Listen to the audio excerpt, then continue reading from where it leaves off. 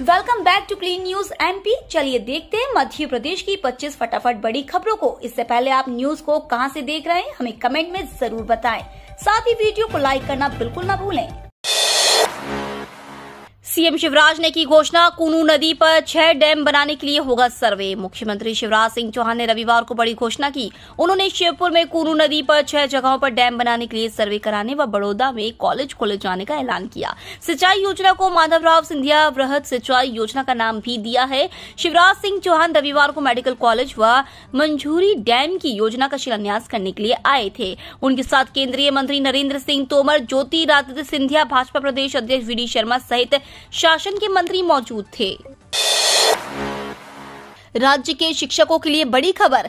MP के आयुर्वेद, सिद्धा व यूनानी कॉलेजों में पदस्थ चिकित्सा शिक्षकों की उपस्थिति को लेकर एनसीआईएसएम ने नई व्यवस्था लागू की है। नियमित उपस्थिति में लापरवाही पर 3 साल के लिए उन्हें नौकरी से बाहर कर दिया जाएगा। साथ ही टीचर कोड भी निलंबित कर दिया जाएगा, जिसके बाद वे कहीं भी नौकरी नहीं कर सकेंगे। नए आदेश में टीचर कोड निलंबित रखने की अवधि बढ़ाई गई है, जबकि 6 माह का वेतन जमा करने का प्रावधान हटा लिया गया है।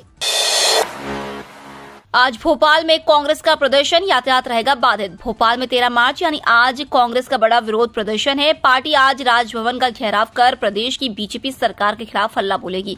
इस वृहद प्रदर्शन के चलते आज शहर में यातायात बाधित रहेगा। रोशनपुरा चौराहे से भारत माता चौराहा, रंगमहल चौराहे की ओर आने वाले मार्गों व अटल पथ प्रभावित रहेगा। यातायात पुलिस ने लोगों को सुबह 11 बजे से दोपहर 2 बजे तक वैकल्पिक मार्गों का उपयोग करने की सलाह दी है। कांग्रेस प्रदर्शन को लेकर गृह मंत्री का तंज। मध्य प्रदेश में 13 मार्च यानी आज होने वाले कांग्रेस के प्रदर्शन को लेकर गृह मंत्री नरोत्तम मिश्रा ने तंज कसा है। उन्होंने कहा कि मैंने भी सुना है कि कांग्रेस कोई प्रदर्शन करने जा रही है। कांग्रेस इसको लेकर कितनी गंभीर है, इसका अंदाजा इसी बात से लगाया जा सकता है कि उनके प्रदेश अध्यक्ष 4 दिन से दुबई में बैठकर इसकी तैयारी कर रहे हैं। कांग्रेस के सभी आंदोलनों का जो हश्र हुआ है वही इसका भी होगा। 5724 वन रक्षकों की भर्ती करेगी मध्य प्रदेश सरकार। कर्मचारी चयन मंडल को भेजा प्रस्ताव। मध्य प्रदेश में पहली बार वन रक्षकों के सभी खाली पद भरे जाएंगे। वन विभाग ने 5724 पदों पर नियुक्ति की प्रक्रिया शुरू कर दी है। इन पदों के लिए मध्य प्रदेश राज्य कर्मचारी चयन मंडल को प्रस्ताव भेज दिया गया है। उम्मीद की जा रही है कि चयन मंडल आने वाले 3 महीनों में चयन परीक्षा आयोजित कर परिणाम जारी कर देगा। वन रक्षकों की नियुक्ति से संरक्षित क्षेत्र और सामान्य वन मंडल के वन्य प्राणियों एवं जंगल की सुरक्षा व्यवस्था में सुधार आएगा। शिक्षकों के लिए महत्वपूर्ण खबर, लागू हुई ये नई व्यवस्था। मध्य प्रदेश के आयुर्वेद, सिद्धा और यूनानी कॉलेजों में पदस्थ चिकित्सा शिक्षकों के लिए महत्वपूर्ण खबर है। भारतीय चिकित्सा पद्धति राष्ट्रीय आयोग ने शिक्षकों की उपस्थिति को लेकर नई व्यवस्था की है। इसके तहत नियमित उपस्थिति की जगह अगर कागजों में नाम दर्ज पाया गया तो उन्हें 3 वर्ष तक नौकरी से बाहर कर दिया जाएगा। पदोन्नति अटकी, अब लोक निर्माण विभाग में इंजीनियरों को उच्च पद देगी मध्य प्रदेश सरकार। मध्य प्रदेश में पदोन्नति बंद होने से नाराज कर्मचारियों को मनाने के लिए सरकार ने उच्च पद का प्रभार देने का विकल्प अपनाया है। गृह और जेल विभाग इसे लागू कर चुके हैं। अब लोक निर्माण विभाग में इंजीनियरों को उच्च पद दिया जाएगा। इसमें वेतनमान के अनुसार उच्च पद मिलेगा। इसका प्रस्ताव तैयार करके कैबिनेट निर्णय के लिए भेजा गया है, जिसे अनुमति मिलने पर सभी निर्माण विभागों में लागू कर दिया जाएगा। प्रदेश में जेल कैदियों को रंगपंचमी की सौगात, पारिश्रमिक 28% तक बढ़ा। प्रदेश की जेलों में सश्रम कारावास की सजा काट रहे कैदियों का पारिश्रमिक शासन ने बढ़ा दिया है। कैदियों के पारिश्रमिक में 27-28% तक की वृद्धि की। कुशल श्रमिक का पारिश्रमिक 120 रुपए से बढ़ाकर 154 रुपए किया गया है। इसी तरह से अकुशल श्रमिकों की मजदूरी 72 रुपए से बढ़ाकर 92 रुपए कर दी गई है। गृह एवं जेल मंत्री डॉक्टर नरोत्तम मिश्रा ने रविवार को पत्रकारों से बातचीत में यह जानकारी दी। यहाँ पर यह बता दें कि प्रदेश की विभिन्न तरह की जेलों में फिलहाल 21,000 कैदी बंद है। किसानों के लिए बड़ी खबर, गेहूं की कीमतों में बड़ा बदलाव। मौजूदा गेहूं खरीद सीजन में सरकार ने अपनी निर्यात नीति में बदलाव किया है, जिसके बाद गेहूं की कीमत में बदलाव देखने को मिल सकता है। वर्तमान में लगभग सभी मंडियों में गेहूं की आवक काफी कम है। मध्य प्रदेश की गुलाबगंज मंडी के मुताबिक गेहूं का बाजार भाव फिलहाल 3,200 रुपए प्रति क्विंटल है, लेकिन मार्च के अंत तक जब गेहूं की फसल पक जाएगी तब यह भाव तेजी से गिर सकता है। राशन कार्ड धारकों के लिए अच्छी खबर, राज्य सरकार की बड़ी तैयारी। अगर आप भी राशन कार्ड धारक हैं और सरकार की मुफ्त राशन योजना का लाभ उठा रहे हैं तो आपके लिए राहत भरी खबर है। प्रदेश सरकार द्वारा राशन कार्ड धारकों के लिए बड़ी तैयारी की जा रही है। 500 करोड़ रुपए की लागत से शासकीय उचित मूल्य की दुकानों का निर्माण किया जाएगा। इसकी तैयारी को लेकर दिशा निर्देश दिए गए हैं। इसके साथ ही लक्षित सार्वजनिक वितरण प्रणाली को पारदर्शी बनाने के लिए भी नवीन प्रक्रिया अपनाई जा रही है। इसके तहत उचित मूल्य दुकानों के सुदृढ़ीकरण और सुव्यवस्थित संचालन के लिए खाद्यान्न की कालाबाजारी को रोके जाने के दिशा निर्देश दिए गए हैं। महंगी किताब खरीदने से बचने के लिए अभिभावकों ने अदला बदली की किताबें। निजी स्कूलों ने अभिभावकों को किताब खरीदने के लिए सूची थमाने लगे हैं। हर साल अभिभावकों को महंगी किताबें खरीदनी पड़ रही है। इस बार मध्य प्रदेश पालक महासंघ ने एक अनोखी पहल की है। महासंघ की ओर से राजधानी के चिनार पार्क में बुक एक्सचेंज मेला का आयोजन किया जा रहा है। पालक महासंघ ने पर्यावरण के संरक्षण को ध्यान में रखते हुए और अभिभावकों को किताबों के लिए मोटी कीमत देने से बचाने के लिए शनिवार को इस मेले का आयोजन किया गया है। इसमें राजधानी के 30 स्कूलों के अभिभावक शामिल हुए हैं। सभी अपनी पुरानी किताबों को लेकर पार्क पहुंचे। अभिभावकों ने एक दूसरे से किताब बदलकर मोटी रकम को खर्च होने से बचा लिया। लाडली बहना योजना पर संकट के बादल, परियोजना अधिकारी और पर्यवेक्षक 15 से हड़ताल पर। सरकार की लाडली बहना योजना पर संकट के बादल छाए हुए। महिला एवं बाल विकास विभाग की इस योजना के फॉर्म 15 बार से जमा कराए जाने थे, लेकिन 15 से ही विभाग के परियोजना अधिकारियों सहित अन्य संवर्गों के कर्मचारियों ने हड़ताल का ऐलान कर रखा है। इस वजह से बीच का रास्ता तलाशने योजना के फॉर्म 25 से जमा कराए जाने के आदेश सरकार ने दिए हैं। दूसरी तरफ नाराज अधिकारी कर्मचारियों से भी विभाग के आला अधिकारी चर्चा कर रहे हैं। बावजूद इसके परियोजना अधिकारी और पर्यवेक्षक कदम पीछे खींचने तैयार नहीं है। लाडली बहना योजना सरकार की महत्वाकांक्षी योजना। इस योजना के संचालन का जिम्मा महिला एवं बाल विकास विभाग का होता है, लेकिन इस विभाग के परियोजना अधिकारी, पर्यवेक्षक और कुछ अन्य संवर्गों के कर्मचारी अपनी मांगों को लेकर सामूहिक अवकाश पर जाने की तैयारी में है। NLIU रैगिंग मामले में दोषी विद्यार्थियों को देना होगा सबूत, नहीं तो संस्थान से भी निष्कासित होंगे।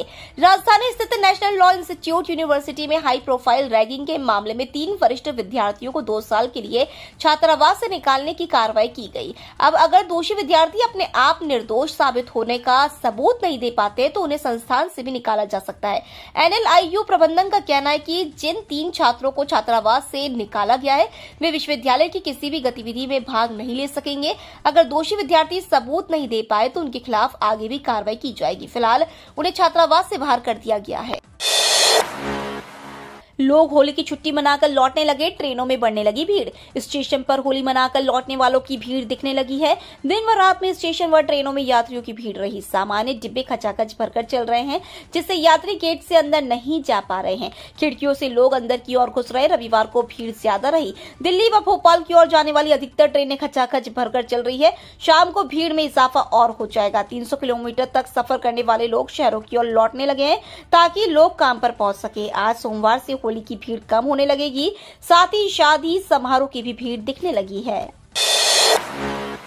सरकारी योजनाओं में ऋण का आवेदन निरस्त किया तो बैंक को बताना होगा कारण। सरकारी योजनाओं के तहत ऋण लेने के लिए किए गए आवेदन अगर बैंक निरस्त करता है तो बैंक को आवेदन निरस्त करने का कारण बताना होगा। इसके लिए आयुक्त संस्थागत वित्त द्वारा समस्त पोर्टल बनाया गया है। मध्य प्रदेश शासन की बैंक वित्त पोषित योजनाओं के लिए सिंगल विंडो ऑनलाइन सिस्टम है।